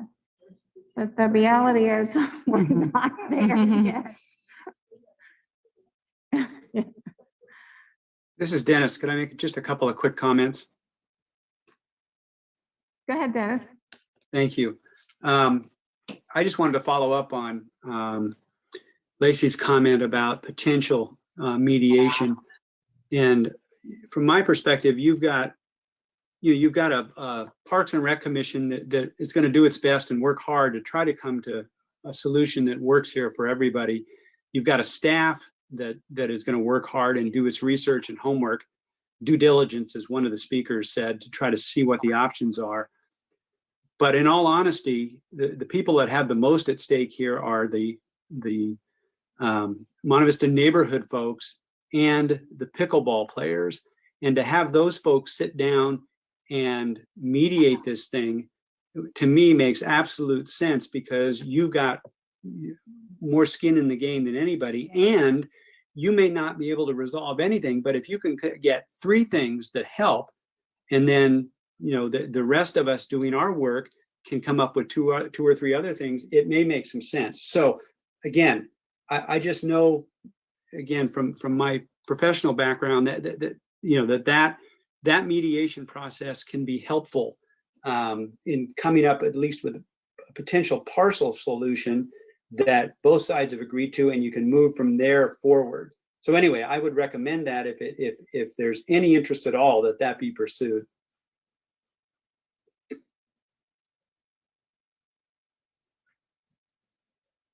Any other comments? Thanks. Well, I think, Karen, I guess what I would suggest is hopefully we can take some of those suggestions. Someone mentioned scheduling, I know, in one of the comments as well, if that's a potential item. And any other comments from the 32 that I read? There was a few other ones I think that should be part of the record as well. All of the comments that were submitted are part of the record, but if there's some that are particularly interesting to the commission or you'd like us to pursue, it'd be helpful to have that insight. Yeah, so here's a question. I know you guys are pressed for time with staff. Is it possible to look at some of those suggestions, at least to get some sort of rough cost figures? The suggestions that the ones that you just mentioned now? Yeah. Sure, I can't tell you if it's tomorrow, but. No, I know that. And some of these things we've had weighed some pros and cons already. For example, the acoustic fencing, visibility is a challenge for our police department and being able to see what's going on. So, but I don't think the fencing is inexpensive. But I think that is something we could look into what that cost is so that it can be considered. Priority times has pros and cons. If you remove priority times, will you have more pickleball players paying more often? I mean, there's these are things that have been brought up and that we've considered. I really appreciate Dennis's guidance in encouraging the invested groups if they're able to agree on certain things, and it helps us implement those things because we can come up with ideas that we think that work, based on our professional background, but the parties involved still need to be happy and be able to. So have you work. heard from any tennis groups that would want priority time in the evenings? I've seen tennis players there in the evenings, but I have not heard, they've not approached me about adding more time or anything. Okay. We didn't have anybody specifically from representing tennis Tennis, players. right, and we It did really previously. Seems to be more noise concern Right. than a tennis priority Right. concern. So I think that's the real nut to crack. And I guess the other thing that I read is, I mean, the difference in the noise is actually a pitch difference between pickleball. I think I'm correct in that. Pickleball has a higher pitch. The ball's harder, so the pitch is different than a tennis ball, but actually the decibel level is lower. It's just there are more hits per unit time, which might compensate for why some people think it's more of a noise issue. Anyhow, any other comments? Yeah, this is Dennis again, just back to the point you raised, and that is scheduling. And this is trying to be responsive to everybody that's taken time to speak, their mind to us tonight. I'm just trying to get an idea based on what we've heard, what we need to digest, and realistically with 3 staff members. I know what the public wants, which is a decision or a recommendation or something out of this commission. And my question is that realistic for a month from now, or not? In other words, obviously tonight was not agendized for an action item. And I guess my question really is, what's realistic for an action item? And maybe that's premature to ask, but I know that's what people want to know. Yeah, and I think that's probably going to fall on staff in terms of any kind of time they might need to evaluate. Staff as well as council and city management direction as far as our priorities, as far as what our work priorities are. So maybe I'm asking a question that we can't answer tonight. So that's fine. But we do need to get back to the public on when we can and when we're going to be moving in some direction in terms of a decision. So that's a comment, not a question. Right. And as a commission, do you, after tonight, do you feel like you need more information aside from costing? You need more you want cost information for some of these things like the fencing? I think we have an idea of what the problem is. I think costing will be very important in trying to move forward with some sort of compromise solution. That, and then seeing if people are interested in mediated approach. Yeah, I agree. I think that the mediation could help because right now I kind of feel the department has tried to navigate and find that middle ground, and the two groups are still so far apart. So if I could jump in here for a second, this is Shannon. When we did the blended lines back in 2017, it was about $1,500 for both of those courts. So I don't think the blended lines in other parks would be too expensive. One reason why we just did, like Karen mentioned, did not look at acoustic fencing is to prevent a problem that tends to happen at that park anyway, with people kind of being there at night when they shouldn't be, hanging out, doing things they shouldn't, and not having a line of sight with the police officers, because you can kind of create a fully enclosed area with that acoustic fencing. So I think that's, restriping, what I'm hearing is potentially looking at striping all courts in the city, acoustic fencing, dedicated times, PRC commissioners assisting with mediation. And the only thing to consider with that is it would be very helpful, because that would be something that would not affect staff as much if we don't have the capacity for a lot of those, is just to be mindful that we don't have a quorum of commissioners involved in that process, so that it doesn't become a public meeting. But Yeah. That, I'm not sure when we could come back, but Louis, I don't know what your thoughts are on costing for blended lines. Would it be kind of similar to 2017? It's probably going to cost about 800 per court. It's not, I don't know if that's really the problem though. I don't know how much that's going to help. And I'm not a big fan of the acoustic fencing because of all the reasons you mentioned. Visibility is a key. Even windscreen, not a good idea there because you need some visibility in. I guess the only other question I had, I just thinking, I know we recommend paddles. Is it possible to require quiet paddles? I guess like one of the callers, I believe, mentioned that enforcement needs teeth and, Right, I know. or requirements need enforcement. Well, it's sort of like And dogs on leash in parks, you know? Could we charge a fine?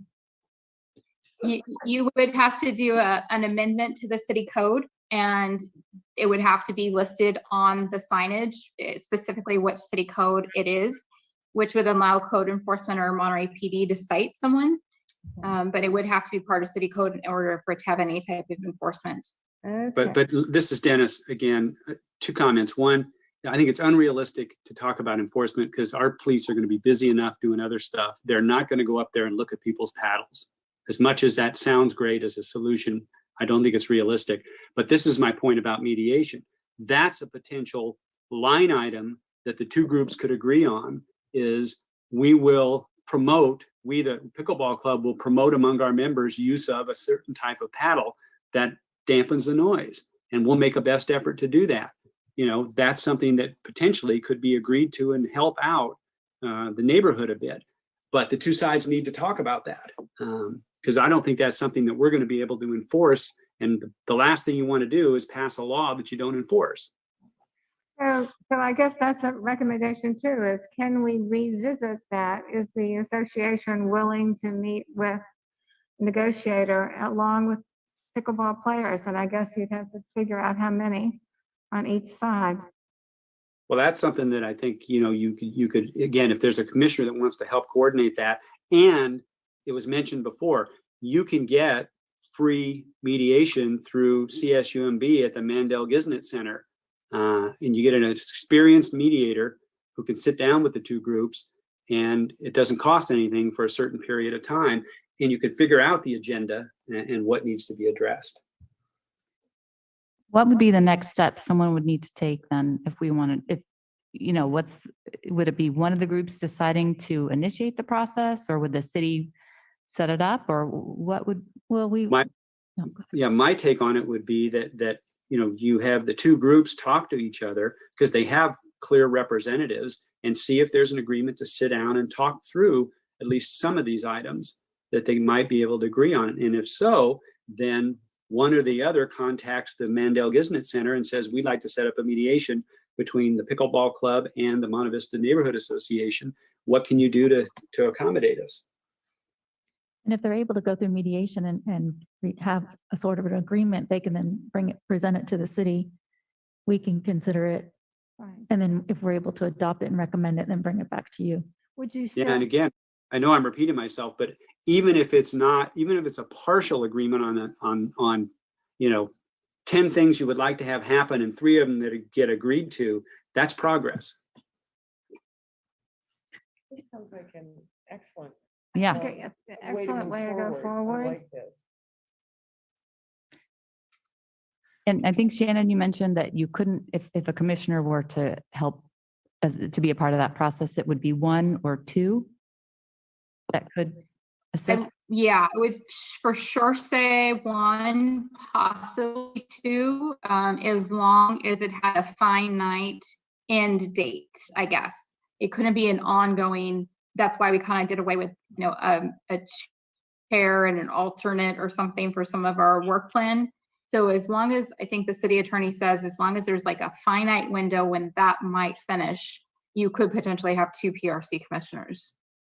Okay. And they're there mostly as a listening neutral party. Well, that, I think, again, this is Dennis. I think they're there because folks have asked for one to be there. Yeah. Frankly, you could have a mediator from the Giznet Center, and you don't need a Parks and Rec commissioner there, but we could certainly have one there to listen. And I'm going to put on my lawyer's hat for a second, just because I think this does help, and this is why I'm repeating myself over and over again. God forbid, at some point, somebody files a lawsuit. Yeah. Guess what? The first thing that's going to happen is the court is going to order you to sit down and mediate. So why wouldn't you do that now, and before this goes to hell in a handbasket? And I don't mean to be overly dramatic, but it just is ripe for that. Okay. I think the commissioners here all agree with Dennis that this Yes. is a good step forward, that we recommend that. In fact, perhaps we could say we ask for that. Right. We would ask our audience to task themselves, if they would, in finding representatives and moving forward with mediation, which we would be happy to be involved with, as Dennis described. That sound good? That sounds perfect. And then representatives from each group, you're welcome then to call me, or you write a letter to the city, as you have been writing a letter to the city, to express your intentions. Okay. Let's move on to staff comments. Karen, any comments you'd like to make?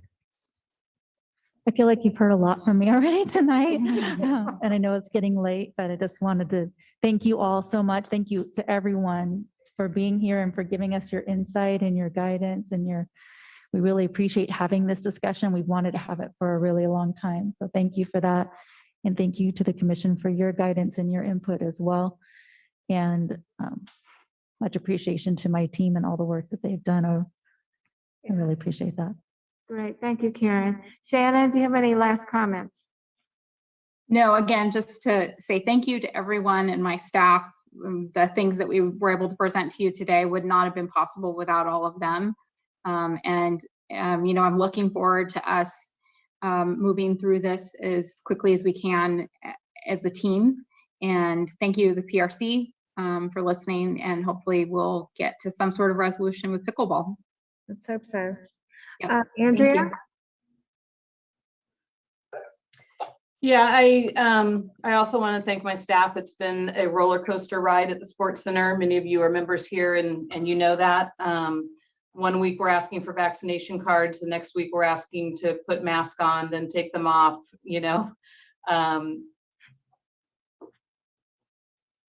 Are you waving to me? And waving to the audience. Oh. We're waving to you too, Andrea. Whatever you tell us to do, we're going to do when we go in the Sports Center. Let's just put it that way. I was like, I thought I unmuted myself. Why are they all waving to me? Anyway, it's been a roller coaster and my staff has just been phenomenal. And the members as well. Like I said, we change the rules every couple of weeks just to keep it interesting. And for the most part, people are happy to comply because they love the Sports Center. They love coming here. And so just want to say thank you to everybody. Louis, any comments? Nothing for me. Park's all good Okay. for the meeting. All righty, commissioners. Lacey, anything? Nothing else. Yeah. Okay. It's nice to be here Yeah. in person. Yeah, it is. That's true. Okay, and Dennis, anything from you? I'm going to show up next time. All righty. Yeah, really. And thank you for your comments at the end. I think, hopefully we have a way forward. Anyhow, and I have no other comments. I will be on travel coming up. And so I don't know if I will make the November meeting and possibly not the October meeting. I'm just not sure what the schedule is now. I'll try to let you know in advance. That is assuming my COVID test is negative. So we'll see. Anyhow, I now declare this meeting closed.